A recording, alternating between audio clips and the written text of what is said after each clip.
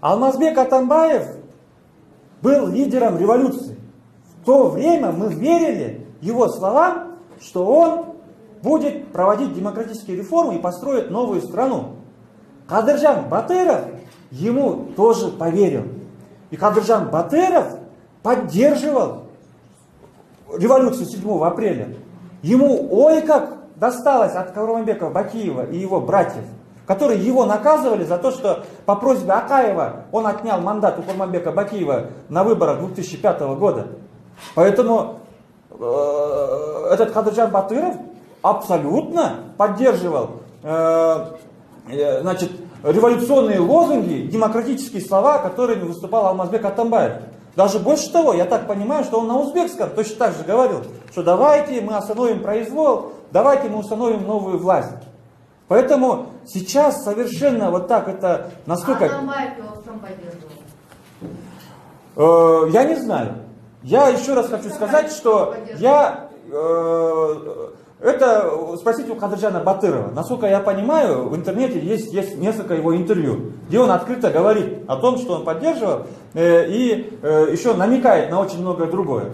Я не могу говорить об Алмазбеке Атамбаеве, кто к нему заходил, кто к нему приходил, потому что мындай аберсиздикке жанагындай болуп атканда, мисалы Матрешка гейтте Курманбек Бакиевдин бир тууганы Матрешка гейт кылганда Курманбек Бакиев мүмкүнчүлүк түзгөн генерал Бусурманкул Табалдиевке толугу менен маалыматты берүүгө. Андай нукура, накта, таза генералдар азыркы ГКМБда жок. Абдил Сегизбаев бүгүн отставкага кетиш керек. Ал кишиге ишенүүгө болбойт.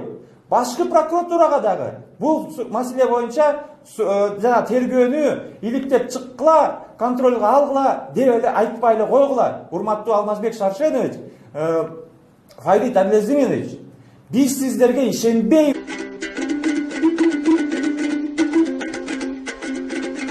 Найдем, стенки поставим. Мы уже первых 7 снайперов нашли. Первые 7 снайперов посадили.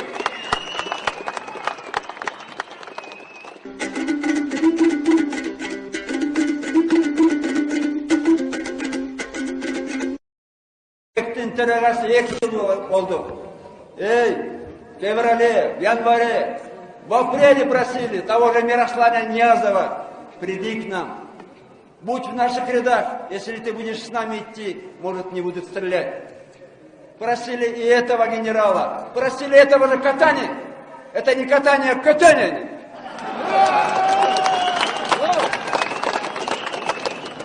Десять раз к нему ходил Рыскаль Димонбеков. Мы просили, генералы, будьте перед нами.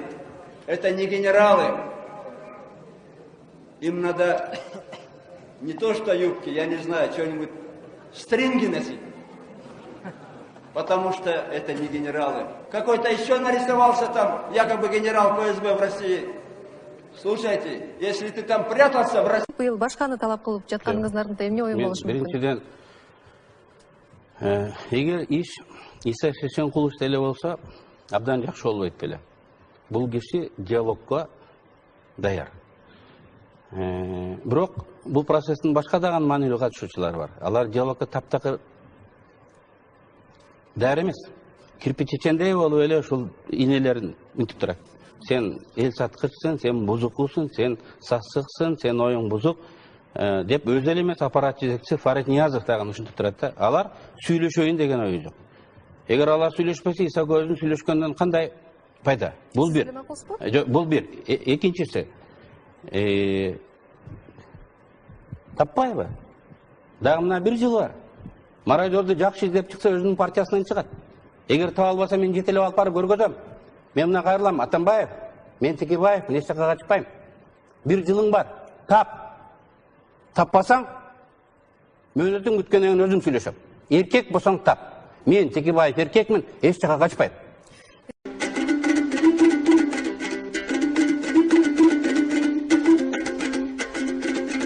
Найдем, стенки поставим. Мы уже первых 7 снайперов нашли. Первые 7 снайперов посадили.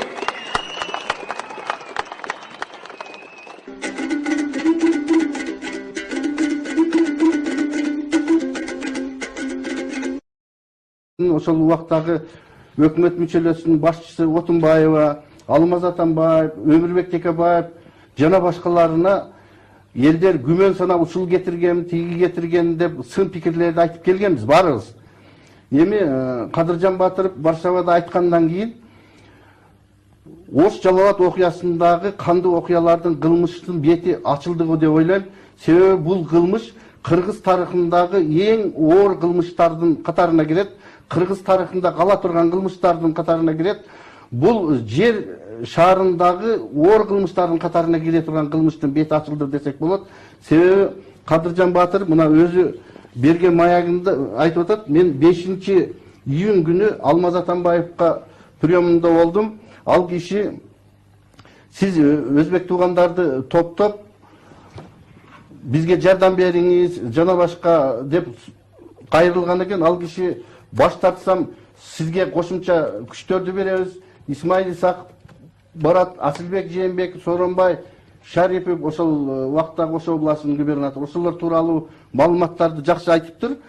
Эми атап айтып кетсек, бул жерде Алмаз Атамбаевдин түздөн-түз Кадыржан Батыров менен болгон байланышын айтып кетти. Эми ого чейин биз сындап келген Отунбаева, Өмүрбек Текебаевден мен деле сындагам чынын айтканда. Эми кечирим сурайм.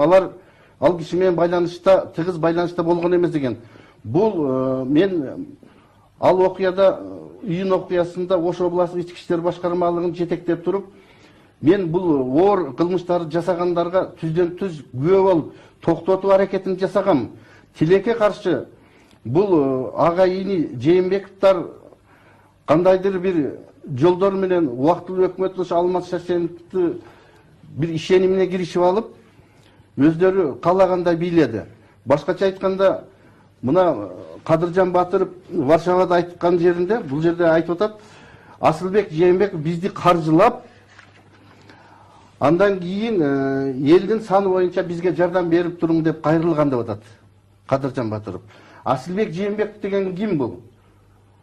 Өткөн жакында эле Кыргыз мамлекетинин спикери болуп, СДПК партиясына шайланып барган биздин депутат. Бул киши ошо шайланганга чейин, кандуу окуя башталганга чейин эч жерде иштебеген, Ош шаарында түштүктө, башкача айтканда, спирт ичимдиктерин жасалма жол менен жасап, самогон сатып, этикетка, пробка, акцизный маркаларды сатып, эмгектенип келген, басып өткөн жолу болгон тарыхы ушул болгон. Ушу кишиге биздин ошо мезгилдеги убактылуу өкмөттүн мүчөсү Алмаз Атамбаев деле ушу киши менен мамиле кылган. Керек болсо келип, жана Икрамжан Имянов деген менен мен буга чейин айткамын. Дагы кайталап коеюн. Икрамжан экөө келип, апрель аягында келип, баягы Максимдин 5 адамдык самолету менен учуп келишип, бир мүчөк акчаны Асылбек Жээнбековго беришкен. Эмне? Ким ол Асылбек Жээнбеков? Анда кечиресиз, анда мародерство болуп калбайбы бул жер? Мародерствонун башы болуп атпайбы? Бул тартипке деп келген акчаны алып алган. Жеке кызыкчылыктарына пайдаланып. Жеке кызыкчылыктарына пайдаланганда мен булар менен көп талаш тартыш болдум, Агыни Жээнбековдор менен. Ай, эмне үчүн силерге бул тартипке келген акчаны силер алып атасыңар? Биз кырдаал оор болуп атат. Биз коомдук тартипти сакташыбыз керек. Кыргызстанды мыйзамдуу жолго салып кетиш ар бирибиздин максатыбыз десек, булар жеке кызыкчылыкты ойлоп эле ушу Кыргызстанды тонуп атты да. Анда ал келген акчалар кайсыл жака сарпталган? Келген акчаларды карындашым мен айтып коеюн, мынанда Кыргыз мамлекетине белгилүү болгон саясатчы Азимбек Бекназаров агабыз айткан. Мына дагы бир келген акчалардын суммасы Жээнбековдорго 5 миллион сом келди дейт. Булар мен ойлойм, көпчүлүк ошол кездеги өкмөттүн мүчөлөрү коомдук тартипке де берсе керек деп ойлойм. Бул Кадыржан Батыровго бергиле башаламан болсун деп бербесе керек деп атам да. Эмнегедир Алмаз Атамбаев Агыни Жээнбековдор менен чогулуп алып бул акчаны ошо мезгилдеги Кадыржан Батыров жерлерде топтоп, массалык маалымат каражаттары аркылуу ар кандай сөздөрдү айтып аткан жыйындарга жумшалды деп ошо мезгилдеги губернатор Сооронбай Жээнбеков айтып келген. Себеби мен айткам, бу туугандарды эле топтоп калдың, чылчыгып кетпесин десем, бизге өйдө жактан Алмаз Атамбаев буйрук берди. Sen siyasatты түшүнбөйт экенсиң. Бул эртеңки биз президенттик, эртеңки парламенттик шайлоого биз даярданып атабыз. Ушул келген акчалар ошол жака жумшалып атат деди. Мына мен бакырганыма уже 6-жыл бүтүп 7-жылга кетип атат. Эч ким сураган киши болгон жок. Кече күнү Прагадан Кадыржан Батыров айтканга чейин. Мен Кадыржан Батыров кандай болгон кезде деле ушул күнөөсүн мойнуна алганлыгына мени кубандырат. Бул кылмыштын артынан эми Ош Жалал Абад окуясы толугу менен кылмыш бети ачылдыгы деп ойлойм. Себеби бул аттуу баштуу бирөө спикер, бирөө өкмөт башчы, ошол мезгилде губернатор болгондордун аттарын атады. Эми мен ойлойм, азыркы иштеп аткан күч органдарынын жетекчилери токтоосуз чараларды көрүп, мыйзам негизинде буларды жоопко тартыш керек. Себеби ошол келип чыккан чоң суммадагы акча, анда бир ошо июнь окуясындагы бир коогалаңдын келишине бир кандайдыр бир деңгээлде түрткү берген жокпу ал суммадагы акча? Сөзсүз ошол акчалар каржылап бул жерде Найдем, стенки поставим. Мы уже первых 7 снайперов нашли. Первые 7 снайперов посадили.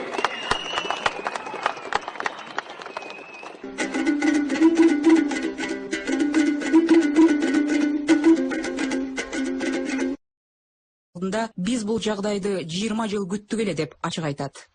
20 yıldır içinde şunga pişip yetti. Her kancha chidash bo'lsa mana bo'ldi, vaqti keldi shu narsani. To'g'ri aytyapmanmi? 20 yilda yetdikmi? Bugun hamma yo'q o'zimizni qo'limizda. Biz mana 3-4 kishi borib, shu Ro'ziy Sakin O'tinbayeva bilan gaplashdik, Atambayev bilan gaplashdik, Bollar Tekebayev bilan gaplashdi. Ularda ham bizi o'zbek xalqiga munosabati to'g'ri. Bugun Kaknikakda mana shu bo'layotgan, ayniqsa shu yug'da bo'lgan to'polonlarda o'zbek xalqini tartibli, intizomli va shu chiroyli turib bergani o'zi katta narsani bir belgisi oldu. O narsasi rahmatlarini aytdi. Va shu bilan birgalikda biz aytgan mana shu bir to'p muammo masalalarni to'g'ri qabul qildi. Biz ochiq aytdik. Akayev davridagi, Bakiyev davridagi o'zbeklarga bo'lgan dejurni variantni sizlardan el kutmayapti.